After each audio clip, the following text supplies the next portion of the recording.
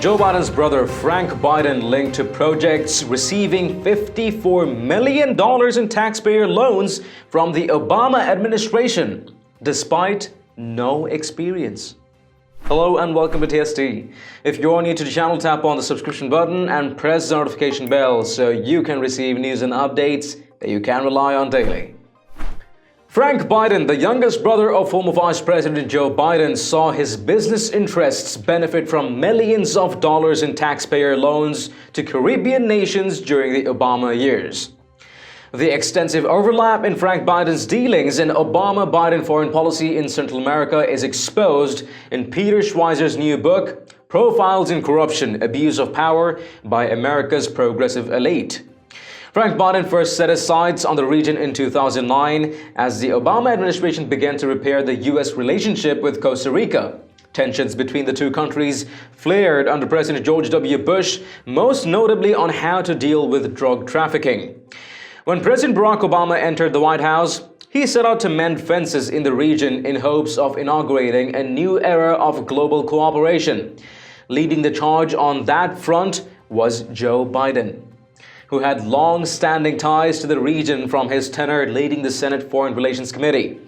Shortly after the new administration took office, Frank Biden began scouting real estate opportunities in Costa Rica. A lawyer by training, Frank was undeterred by his lack of background in international development and decades-old legal troubles at home.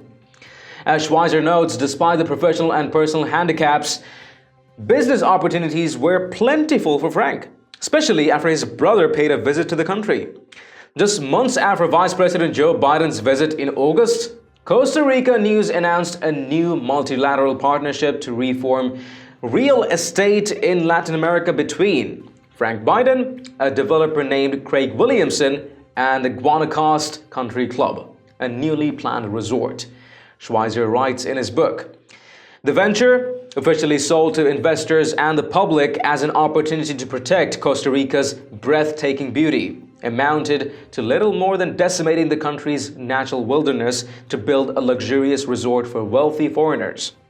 In real terms, Frank's dream was to build in the jungles of Costa Rica thousands of homes, a world-class golf course, casinos, and an anti-aging center."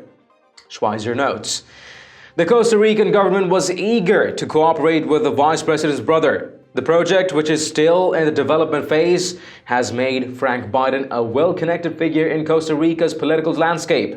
A letter the country's president Luis Guillermo Solis Rivera penned praising the project even made its way on the internet in what appears to have been a botched attempt to solicit further investors. In order to execute a project of such scale, however, Costa Rica would need to update and expand its electrical grid. Located on the Central American Isthmus, more than 51% of the country's landscape is forested, with nearly half of that being land that has not been disturbed by human activity. As such, much of the area suitable for the type of resort Frank Biden wanted to build lacked access to electricity. Frank, perhaps sensing a chance to make even more money, entered into a partnership with the Costa Rican National Power and Light Company, CNFL, to build a solar power complex in the country's northwest region. The new facility would provide enough electricity to Frank's resort, which was to be built in the vicinity. The partnership with CNFL was secured even though Frank and his company Sun Fund Americas had no experience in the energy sector.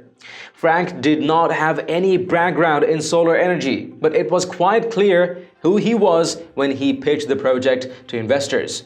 Schweizer writes, his brother Joe's name figured prominently in his biography.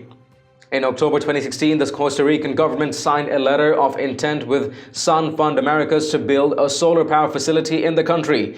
The project, which involved a company called Go Solar, specifically earmarked more than $6.5 million in taxpayer-backed loans that had been approved in 2015 by the Obama administration's Overseas Private Investment Corporation, OPIC. Having found Costa Rica fertile ground, Frank next turned his attention to other parts of the Caribbean, like Jamaica. Once again, Frank's business pivot coincided with a new development in brother's political career. The Obama administration had announced in June 2014 it was launching the Caribbean Energy Security Initiative, CESI, under the direction of Joe Biden. Officially, the program was meant to support energy sustainability projects in the region, with American tax dollars helping put together deals for local projects. One of those projects was the building of a 20-megawatt solar power plant in Jamaica, for which OPIC had approved a $47.5 million loan. Around the same time that project was announced, Sun Fund Americas confirmed that it signed a power purchase agreement to build a 20-megawatt solar facility in Jamaica. In total, between 2009 and the end of the Obama administration, Frank Biden's Caribbean projects benefited from more than $54 million in U.S. taxpayer loans. The loans, though, are not the only example of Frank Biden's business interests intersecting with his brother's political influence, as profiles in corruption reveals. Talk of abuse of power, huh? I am shocked. What else is there I haven't known about this crooked family? What else is there to know? Guess what, folks? You haven't seen a thing yet. Let us know your thoughts in the comments down below. And haven't you checked out the official TST store yet? It has a wide range collection of patriotic custom t-shirts, sweatshirts, mugs, phone cases, and a ton more. Make sure to take a look and maybe help us out by picking some products at great prices. It does make a huge difference to what we're doing here. Link in the description below. If you've liked this report, please let us know by tapping that like button down below, share the news among friends and family, and don't forget to subscribe to our channel. Stay tuned for more news and updates on TST. This is David Ravine, and I'll catch you in the next one. Till then, have a good one.